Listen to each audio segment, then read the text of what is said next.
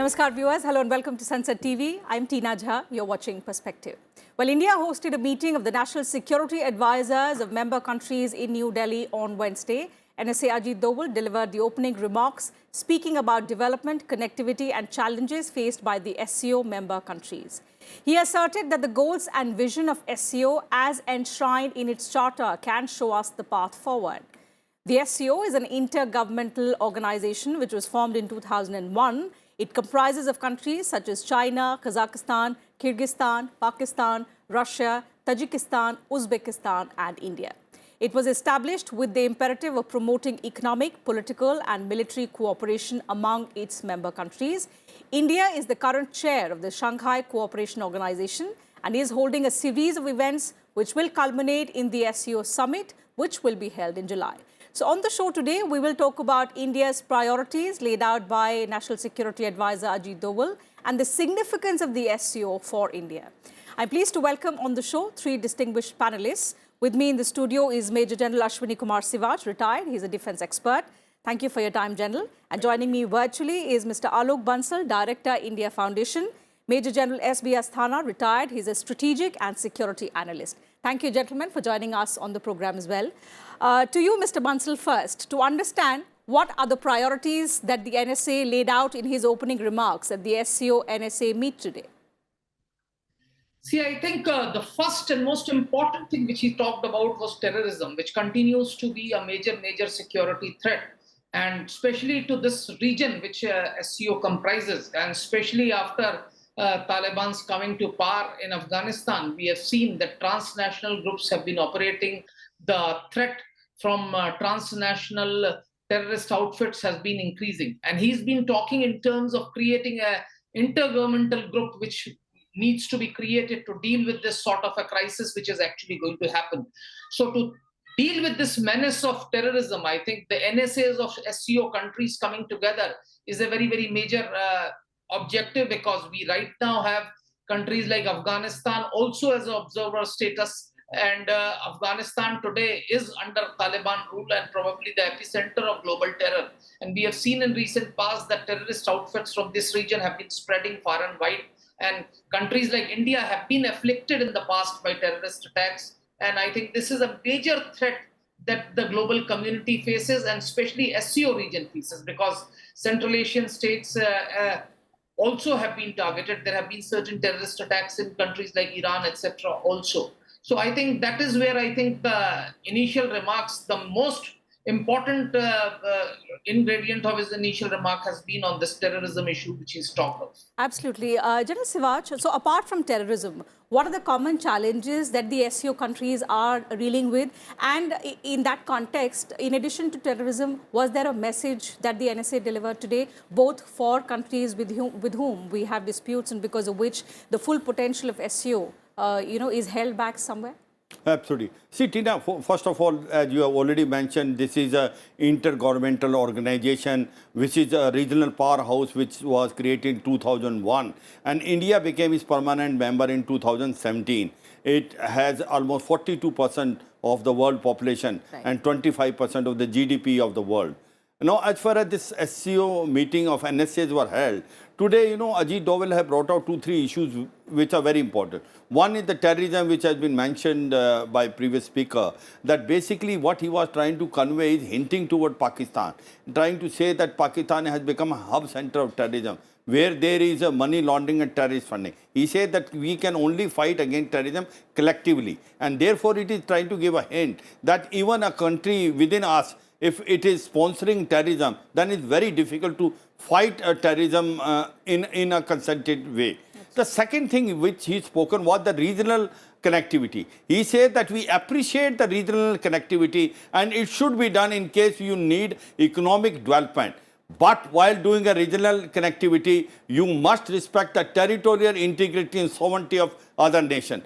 Trying to hint toward China that when the China-Pakistan economic corridor which has been made and which is passing through basically in Pakistan occupied Jammu and Kashmir and also Gilgit-Baltistan, which is illegally occupied by Pakistan, which is the Indian territory. So he mentioned it very categorically. He says that regional connectivity should be transparent, it should be inclusive, but it should respect the territorial integrity and sovereignty of other nations. Second thing also he mentioned that the countries which are larger, they also must maintain and respect other countries. Again, he is trying to hint toward China that the way the China tried to remove or try to not adhere to the status quo of 2020, that it tried to bring the force of 3 divisions against India and try to put pressure. And what NSA was trying to convey, it is not only one country, there are Bangladesh, Bhutan, Nepal, all these countries are victim of this sort of bully. So therefore, again, it trying to hint at toward the China that you may be a stronger nation, you must respect the other nation territorial integrity and sovereignty, and unilaterally trying to change the status quo is not acceptable. And this is another very important point which has been brought out by NSA. And third, he has spoken about that there has to be a larger way of improving economic development. He said that in economic development will come, regional connectivity come, and also people-to-people contact will come. So what he trying to hint is that basic aim of SCO is to promote economical, political and military cooperation between all member states. Absolutely. So how do we take this development trajectory forward is something that we will discuss in the course of the program. Let me bring in General Asthana into the discussion to understand his point of view. General Asthana, from the strategic point of view, 2 firm messages, both for Pakistan and China, the representatives of whom joined virtually, they were not physically present for the NSA meeting. The significance and the impact of the NSA's message, both to Pakistan and to China. Firstly, I must say that India is making best use of the presidency of SCO and presidency of other forums like G20. And this is where perhaps we are exercising our soft power in a most appropriate manner. There were some issues to be flagged, which General Sivach has brought out. There is no doubt that we had to flag terrorism. Afghanistan is also one of the important issues to be flagged. And we know that there are a series of meetings which SCO has. Presently, it is NSA's meeting which is going on. Thereafter, it will be defense ministers, then foreign ministers, and thereafter the summit. Now, as far as the NSA meeting is concerned, the concentration, basically it has to be, the focus has to be on security. And I think he very aptly brought out all these issues. Terrorism issue has already been discussed and was brought out. I would also like to point out that, yes, there are structures within SCO, like RATS, Regional Anti-Terrorism Structure, but this RATS has not been quite effective. And therefore, a need to flag that it has not been effective is important. And I think he very aptly brought it out. Similarly, when it comes to the regional connectivity, we all talk about the economic engagement and the regional connectivity, but then there are issues which are connected. You would notice that even in the BRICS, when China wanted us to sign a certain joint document, they had to take out the CPEC clause from there. So we certainly need to flag this issue in every such forum where China is present and Pakistan is present. So CPEC is certainly required to be flagged. Also, many people asked us during the strategic discussions as to why India is there. It's a grouping which is led by China, conceived by China. So why are we there? The answer is very simple. You cannot influence the grouping unless you are physically there. Right. Secondly, when you are there, then what happens is a joint statement which is unfavorable to India can never be signed. So that is why strategically it is very important to be there in that grouping. The importance in any case has been brought out by the other speakers in the manner that when we talk of 40% population, 25% GDP and things like that. The other important which is coming out is that we know that G20 in Bali was hijacked by Ukraine conflict. Now, UN, we know, is already being hijacked and in a manner that most of the decisions of UN, nobody has confidence on that because they are Western-oriented or the P5-oriented decisions. Now, there are SCO comes out as a third major grouping. And in this grouping, there are many political developments which are taking place.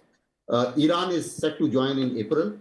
We are also looking at Saudi Arabia joining because Saudi Arabia has also passed a resolution that they will be joining SCO. Right. So with that, what happens is that this is a parallel grouping which is coming quite, shall I say, in competition with G7 or any parallel grouping of this kind.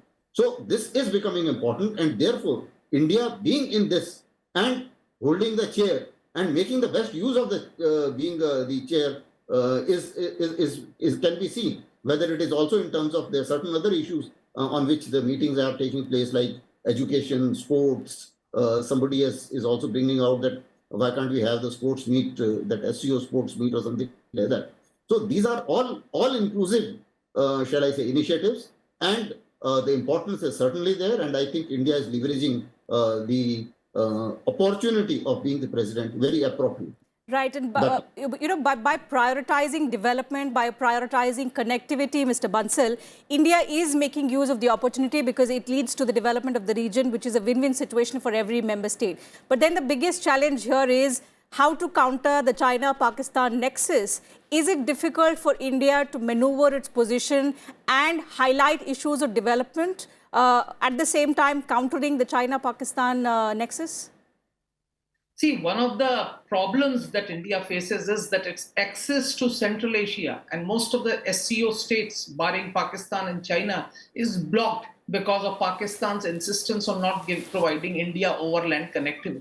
Right. So connectivity is very, very important because India would want actually access to Eurasian heartland or Central Asian states and Russia overland, which Pakistan has been blocking consistently. Even when we had a friendly government in Afghanistan with which we had very good relations, the Afghan government on numerous occasions asked Pakistan that they should provide them reciprocal transit facility because they wanted that Indian goods should be able to come to Afghanistan overland. And they wanted that in return, they would provide Pakistan overland connectivity to other Central Asian states. Unfortunately, Pakistan has never done so. So this is a very, very important factor because if the region has to progress, the connectivity is important. Right. At the same time, when territorial sovereignty has been mentioned, this is to counter China and Pakistan as far as CPEC is concerned. But we need to also understand that territorial sovereignty at this point of time has several other connotations as well. Because one of the members of the SCO, that is Russia, is involved in a conflict with another neighboring state. And many of the Central Asian states are also concerned with this unilateral change of territorial sovereignty. So this statement of the NSA has many, many connotations which we need to understand. And there is no doubt that if you actually want development at this point of time, you would need connectivity. Greater connectivity is needed, and India, which is actually rising, would need larger markets and larger raw materials, larger sources of raw material, for which we need connectivity, and I think we need access. And one of the major access which we will need is through Pakistan. In fact, that is what we are trying to seek at this point of time. You're right. And, the larger point that the NSA also emphasized upon, General Sivach, is connectivity is something that, of course, India has always prioritized. But at the same time, what we are asking is that all such initiatives should be consultative, should be transparent in nature. With two adversaries, and as Mr. Bansal also spoke about Russia now being involved in territorial disputes, the fact of the matter is that all important issues, take the back burner. The whole grouping then will, and there are chances that it will go the SARC way if differences continue to persist. How do we ensure that in the time that we have as chair of the SCO, we utilize this forum only for development, for prosperous future of this region? Tina, you see, one thing is very important is India is in a very center stage. No, India has mentioned about the regional connectivity and trying to bring out this point very loud and clear about Chabahar port. It says the regional connectivity through Iran going toward Afghanistan and to Central Asian state and then joining the north-south transport corridor. This is the hub center of you can say, transport corridor, which will connect Central Asian state with the East European as well as Russia. And this is very important for the development of the whole region. Remember, as far as these SCOs are concerned, the Central Asian states are the backbone of them. Kazakhstan, Kyrgyzstan, Uzbekistan and Tajikistan. And then 4 others are Russia, China, India and Pakistan. So India is targeting those 4 countries, and there the trade has to be increased. Remember that as far as India is concerned, what we are trying to say is that regional connectivity is very important for development of the whole area. And India is going all out as far as Chabar port is concerned, and we are very successful. We have by and large outclassed Pakistan, whether it is SARC or whether here, though there is no direct connectivity given by Pakistan to Afghanistan. Even when our relief has gone to Turkey, we have to take a circuitous route. Pakistan has not given and neither we asked for it. So therefore, India is in well placed, and we have brought out this issue loud and clear. We also brought out this point very clear in this SCO meeting. As far as China is concerned, this slimy slicing which it is doing and unilaterally trying to change the status of line of actual control or on the border like Nepal or Bhutan. So we have brought out this thing. I think this message is loud and clear, and even China was uncomfortable. And when we are bringing the truth in front of everyone. And remember, as far as the SCO is concerned, Russia is with you. Therefore, Russia needs India more than India needs Russia as on today. And today, very rightly brought out, like IOC, which is a Muslim country where we have one of the largest Muslim population, second largest, we should be a member. Had we been member, then, any stricture passed against India, you can counter. And therefore, being a member of SCO and having a presidency today with us, we must make full use of it. And we are making that. Initially, we have already done one meeting of tourism administration in Kashi. Then we are having SCA meeting. Then we will be having a defense minister meeting in Goa in the last week of April. And then we will be a foreign minister meeting in Delhi. And then there will be a proper meeting of states, head of the state in July. So overall, what I am trying to convey is India has made the best use of SCO meeting. India is going in a systematic fashion. India has exposed Pakistan and China, and India is bringing out that if you want development in the region, connectivity is the key word, but at the same time, it should be consultative and it should be transparent and it should respect the territorial integrity and sovereignty of all the nations. Absolutely. So what is going to be the approach, the expectations for the SCO summit in July is something that I'll take in the last round. General Asthana, that's an important point that, General Sivaj made, how India can use its long-standing ties with Russia to strengthen its position within the SCO. What's also interesting is, how can we also utilize our relations with Iran, which will very soon join the grouping, in terms of, helping us maneuver our position within the SCO, at the same time helping us counter the China-Pakistan axis. How is that going to help? How is Iran's entry into the grouping going to help India? I think we played our cards well. Right from the word go, when Iran wanted to become a full member, we were the ones who actually supported it. So we have given a green signal right from the word go for Iran to become a member. Although we didn't talk about others, but certainly Iran was our priority. Similarly, when we are talking of the regional connectivity, we are basically looking at the connectivity of Chabar, Afghanistan, and connectivity to Central Asian Republic, because this is the shortest route for Central Asian Republic and Afghanistan to the sea. To the warm water.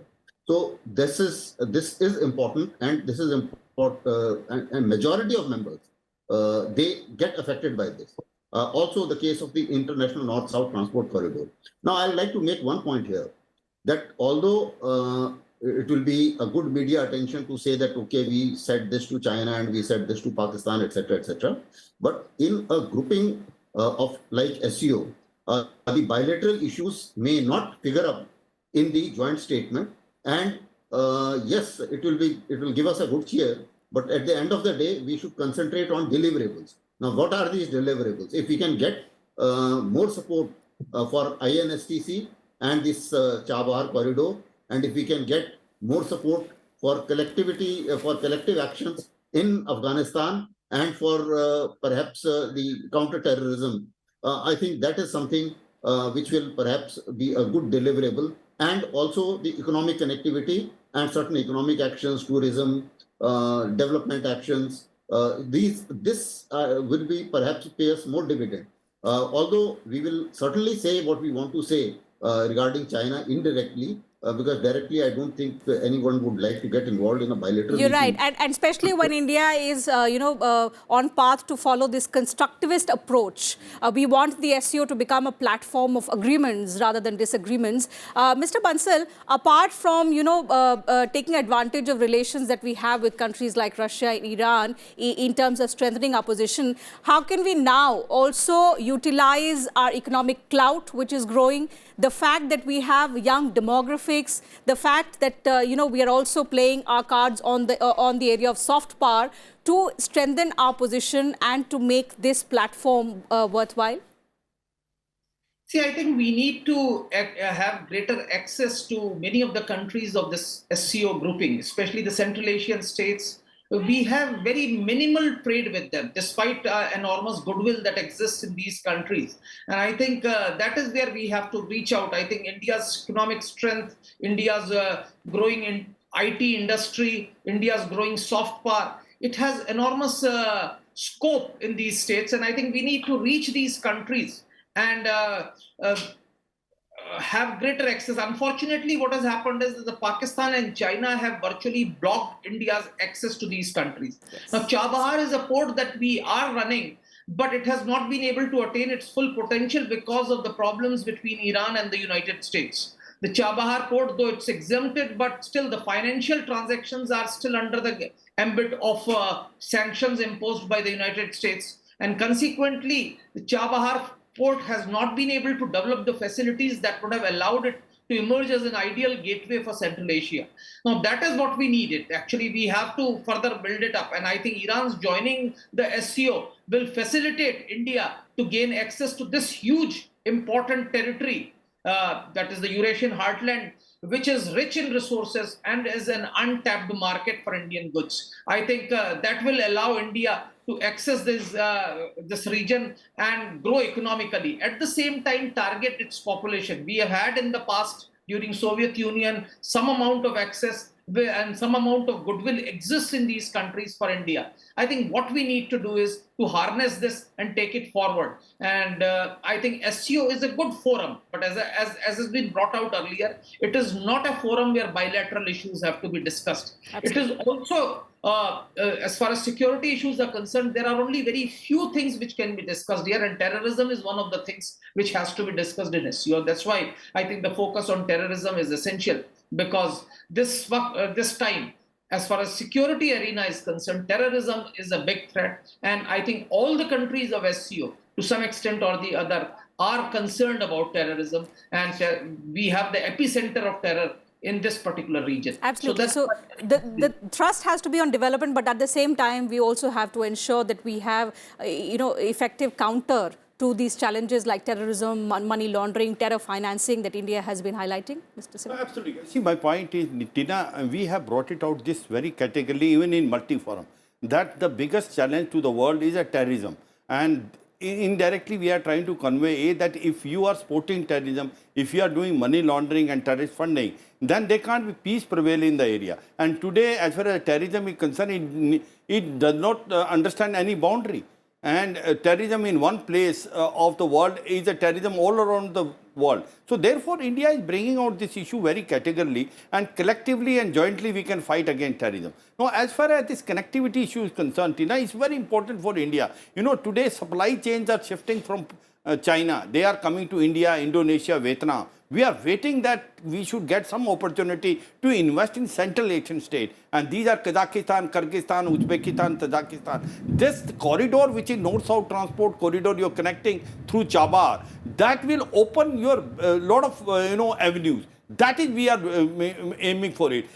This once from Chabahar, when this connectivity through Eastern European countries as well as Russia will be also connected. So we are trying our best. Iran is on the basically gateway to this Central Asian state. And the CAATSA which was there, which was imposed by US, counting America's adversity through Sanction Act, we brought out this thing US. that don't put Katsa on Chabar, and which they appreciated it and honored it, because it is basically a connectivity to Afghanistan, bypassing Pakistan, connecting to Central Asian state and their North-South transport corridor. So the connectivity has become a very important issue for economic development in this area. And terrorism very rightly brought out that terrorism you have to collectively fight. We are not trying to point a finger at some country, but what we are trying to convey are the drawbacks which we are there. Today we are not collectively fighting. In the, the point which is there, someone's terrorist is other one's freedom fighter. That's that right. is where good and bad terrorists. There has to be a common approach towards both. We are trying to expose Pakistan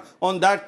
Time and again, it is now differentiating between good and bad terrorists. And today, Pakistan is a victim of terrorism themselves. That's right. Who created that? Looking at the current situation, what's important for this grouping, and as all three of you have highlighted, is there should be a common approach towards development, towards ensuring that each of these countries are well connected, because therein lies progress, and at the same time have the same approach towards countering multiple challenges that we face today. So let's hope that SCO does not go on to become a platform of disagreements, and in the times to come, especially in the next few months, wherein India is holding a series of events, the outcome is positive, and it's a win-win situation for all the member states. So that having been said, I'll have to wind up the program. Time allows me to take up only that much on this edition of Perspective. I would like to thank all my guests once again for joining me on this edition of Perspective, sharing your thoughts with us and our viewers. And to you viewers, thank you very much for your time as well. I'll take your leave now. I'll see you same time tomorrow now. Take good care of yourselves and keep watching.